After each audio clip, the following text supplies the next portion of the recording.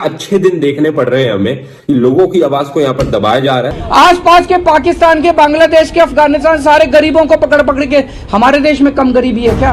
पहले हमारे देश की गरीबी, देश के दरवाजे खोल दिए उनके लिए, उनको कहां बसाएंगे?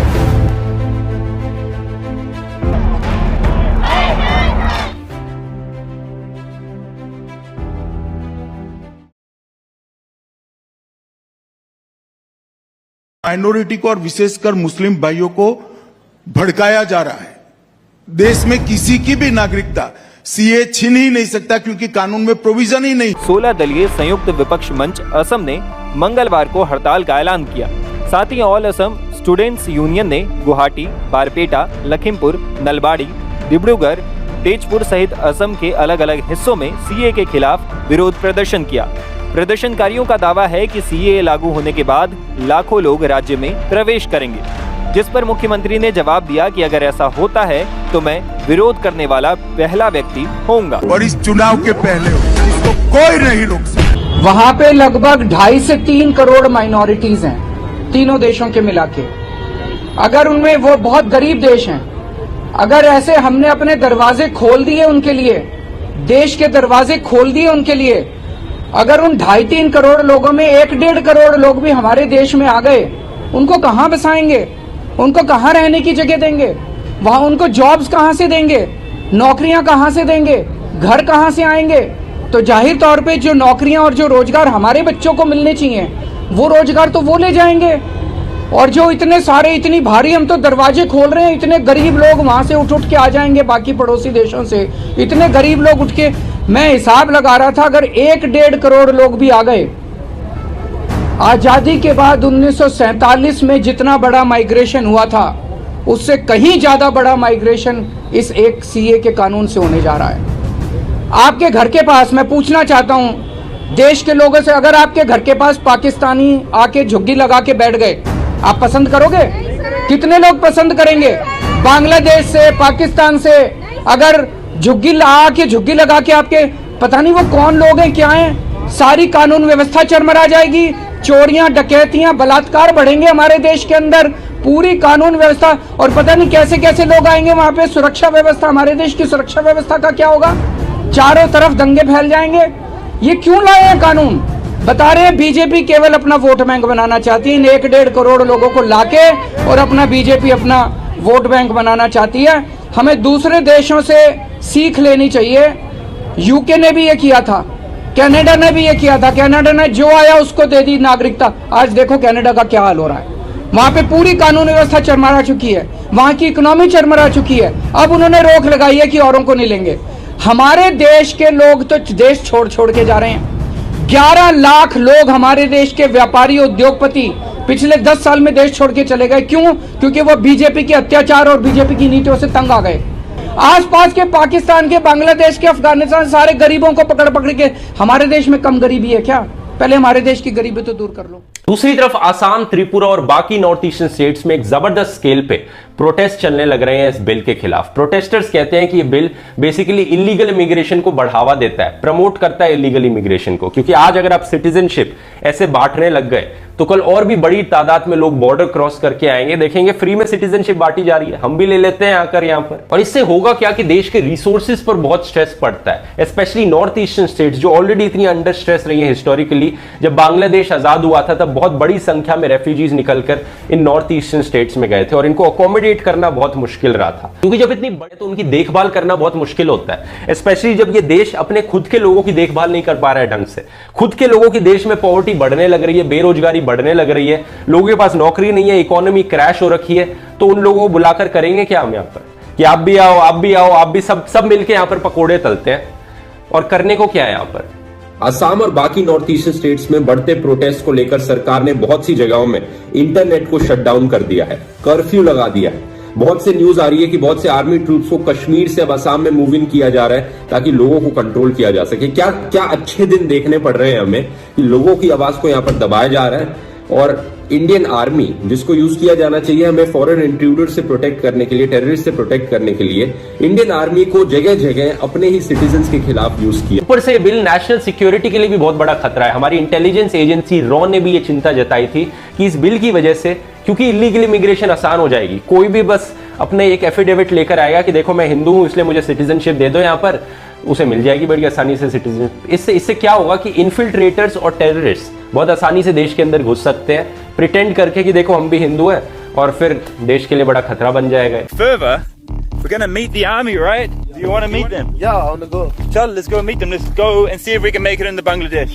But I heard you can buy an Aadhaar card, so it should be okay. So Tripura is a bit of a gateway if you want to get into India, and you can buy your fake documents here, your Aadhaar card, any kind of Indian identification you need. I mean, there are reasons why these people are leaving Bangladesh. I don't know what they are, so I'm not going to judge them or anything. They're doing what's best for them. But I mean, the corruption around creating Aadhaar cards and that kind of stuff shouldn't be happening, right? हमारे देश में अभी कुछ topics ऐसे हैं जो काफी heated चल रहे हैं। जहां अभी SBI लोगों के शक की निगाहों में थी, वहीं ये मामला अब जाकर शांत हो चुका है जब 12 मार्च को SBI ने इलेक्शन कमीशन ऑफ इंडिया को इलेक्टोरल बॉन्ड से जुड़े डेटा सबमिट कर दिए। हालांकि इसी बीच यूनियन गवर्नमेंट ने लोगों को शॉक देते हुए सिटीजनशिप अमेंडमेंट एक्ट के रूल्स नोटिफाई करते हुए इसे इम्प्लीमेंट कर दिया है। इस एक्ट के इम्प्लीमेंटेशन के साथ ही लोगों और पॉलिटिकल पार्टीज में कई मिक्स्ड रिएक्शन देखने को मिले हैं, पर जहां कई लोग इसकी तारीफ कर रहे हैं और कहीं इसे फटकार रहे हैं, वही वक्त नहीं लगा जब CAA के खिलाफ केसेस सुप्रीम कोर्ट भी जा पहुंचे। इसमें सबसे आगे शामिल और कोई नहीं बल्कि इंडियन यूनियन मुस्लिम लीग दिखी है, जिसने सुप्रीम कोर्ट से न्यू CAA रूल्स 2024 पर स्टे की मांग रखी है। हालांकि मामले में ट्विस्ट अब आता है जब असम स्टेट के और असम स्टूडेंट्स यूनियन ने सुप्रीम कोर्ट से सीधे इन न्यू रूल्स को रद्द करने की मांग की है। जी हाँ, आपने सही सुना। जहां लोगों को citizenship amendment act anti Muslim लग रहा है, वहीं ऑल असम स्टूडेंट्स यूनियन का मानना है कि उन्हें किसी भी धर्म के लोग देश में नहीं चाहिए। अब वो चाहे हिंदू हो या सिख, उन्हें इससे मतलब ही नहीं है। इसके ही विरोध में असम में कई हड़ताल और प्रोटेस्ट देखने को मिले हैं। इतना कि आए दिन सिटीजनशिप अमेंडमेंट एक्ट के न्यू रूल्स को जलाने के वीडियोस भी वायरल हुए हैं। ऐसे में लोगों के मन में एक सवाल ये पैदा हो गया है कि आखिरकार असम को इस CAA से इतनी क्या दिक्कत है, वो भी तब जब असम एक खुद BJP रूलिंग स्टेट है। सिर्फ यही नहीं, शायद असम में रहने वाले हिंदुओं के लिए भी आए दिन मुश्किलें देखने को मिल सकती है, जिससे हम इस वीडियो में डील करेंगे। आपको बता दें कि CAA का मेन इम्पैक्ट 2 स्टेट्स में देखने को मिलेगा, असम और वेस्ट बंगाल।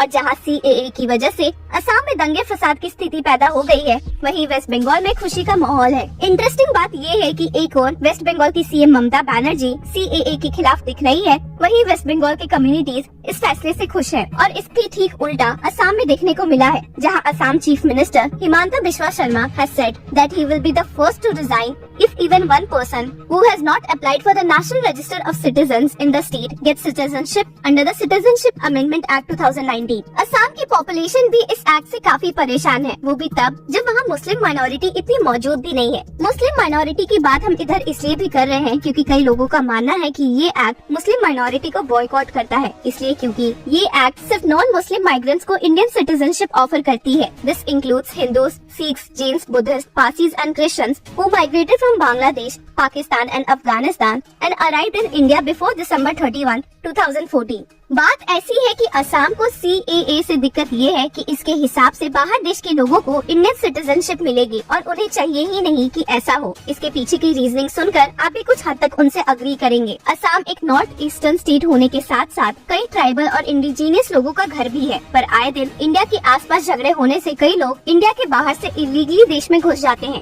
ऐसा ही कुछ 1971 में देखने को मिला था जब बांग्लादेश फॉर्म हुई थी, जिसकी वजह से काफी दंगे फसाद हो रहे थे। कई लोग वो रीजन फ्ली करके इंडिया आ रहे थे, जिसमें एक बहुत ही हाई परसेंटेज ऑफ लोगों ने असम में शेल्टर लिया था। हालांकि असम के लोग इस माइग्रेशन से खुश नहीं दिखे थे, क्योंकि उनके ही स्टेट्स के कई रिसोर्सेज बाहर वाले खत्म कर देंगे। इसके बाद जो 6 साल प्रोटेस्ट चले, उसने पूरे देश को दंग करके रख दिया था। The state saw a 6-year-long period of protest, what is termed Assam agitation, with the primary demand for the identification and deportation of illegal Bangladeshi immigrants. The agitation from 1979 to 1985 started as a non-violent movement but turned violent in later phases. अब इस झगड़े को शांत करने के लिए एक agreement form हुआ, जिसे असम अकॉर्ड के नाम से भी जाना जाता है। ये agreement central government, state government और उन असम ऑर्गेनाइजेशंस के बीच साइन हुई जो कि इस माइग्रेशन के खिलाफ पिछले 6 सालों से लड़ रहे थे। The Assam Accord, a memorandum of settlement signed in the early hours of August 15, 1985 by the Union government, then led by Rajiv Gandhi, the All Assam Students Union and the All Assam Ghana Sangram Parishad, ended the 6-year bloody agitation to detect, disenfranchise and deport illegal residents from the state. क्योंकि India भी बांग्लादेश की formation में invested थी, तो इंसानियत के नाते उन्होंने section 6A of the Indian citizenship act 1955 introduce किया। जिन्हें नहीं पता उन्हें बता दे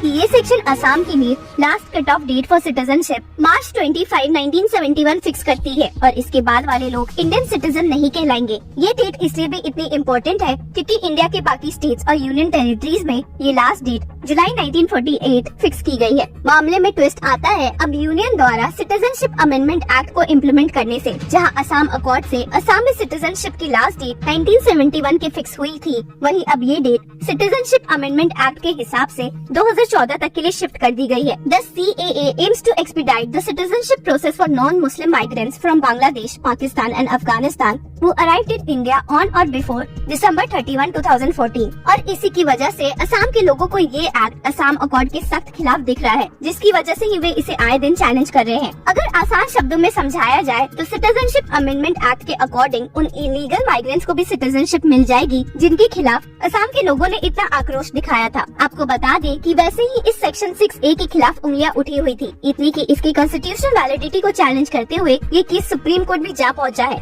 और यहाँ तक कि सुप्रीम कोर्ट की 5 जज बेंच ने इस मामले में अपना फैसला भी रिजर्व कर लिया है। सिर्फ यही नहीं, to tackle the migrant problem, Assam has also conducted the National Register of Citizens (NRC) twice, once in 1951 and in 2019. That was also the year when the Citizenship Amendment Bill was passed. मामले ने एक interesting मोड़ तब ले लिया जब इन protest के बीच chief minister Himanta Biswa Sharma ने लोगों को आश्वासन दिया कि जिन्होंने नेशनल रजिस्टर ऑफ सिटीजन्स के लिए अप्लाई नहीं किया है उन्हें सिटीजनशिप अमेंडमेंट एक्ट के तहत सिटीजनशिप नहीं मिलेगी, and stated, I am a son of Assam and if a single person who has not applied for the NRC gets citizenship, I will resign। हालांकि आपको बता दें कि सिटीजनशिप अमेंडमेंट एक्ट और नेशनल रजिस्टर ऑफ सिटीजन्स का मसला भी इतना आसान नहीं है। Those who applied for the NRC process in Assam vowed to be Indian citizens. However, to get citizenship under the new law, people need to declare that they are citizens of either Bangladesh, Pakistan और अफगानिस्तान। और यही असम के Hindu population के लिए मुश्किलें शुरू होती है जिन्होंने एनआरसी के लिए अप्लाई नहीं किया है। तो सवाल अब ये पैदा होता है कि उनके साथ क्या होगा।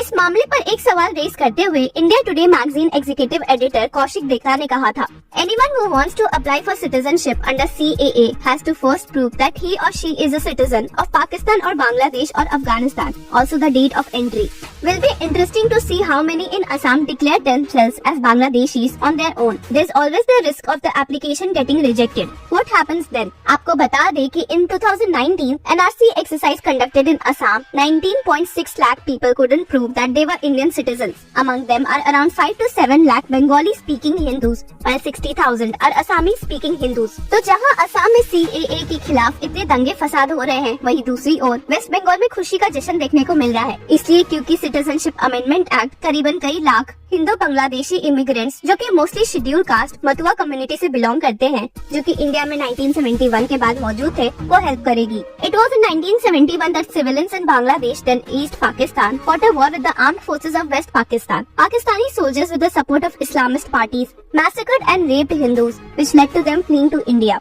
एक 2011 सेंसस के according Matuas compromise 17% of West Bengal's population. The community is a deciding force in 70 of Bengal's 294 assembly seats. The Matuas who have voting rights but not citizenship certificates have now been empowered by the citizenship amendment act. और इसलिए ही waste Bengal में खुशी का माहौल देखने को मिला है। अब देखना ये होगा कि ऑल असम स्टूडेंट यूनियन के सुप्रीम कोर्ट में पिटीशन फाइल करने से और क्या अपडेट्स देखने को मिल सकती है।